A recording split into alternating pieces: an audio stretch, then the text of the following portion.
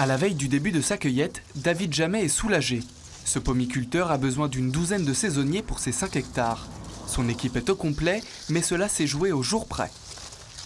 Je n'avais que 4 cueilleurs pour démarrer la cueillette. Voilà, donc ça s'est débloqué réellement que hier soir. Et voilà, j'étais dans le doute, effectivement, jusqu'à aujourd'hui. Une situation inquiétante qu'il n'est pas le seul à vivre. C'est le cas de beaucoup des 130 producteurs de la coopérative Coprime installés en Corrèze et en Dordogne.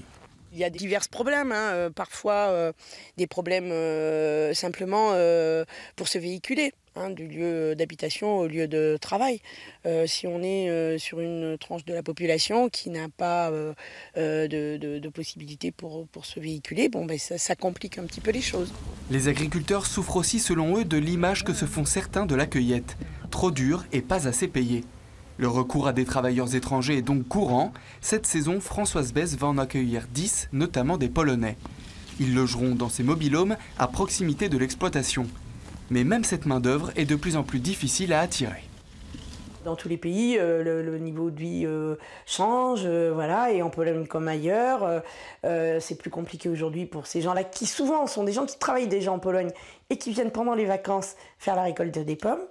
Pour ces gens-là, c'est plus difficile aujourd'hui parce qu'ils sont face à une nouvelle réglementation dans leur pays, où ils prennent leurs vacances moins facilement. Les pomiculteurs du Limousin craignent de devoir faire face à une nouvelle difficulté dès l'année prochaine. Ils bénéficient actuellement d'une exonération de 90% de charges sociales sur les contrats de travailleurs occasionnels, un allègement que le gouvernement envisage de supprimer.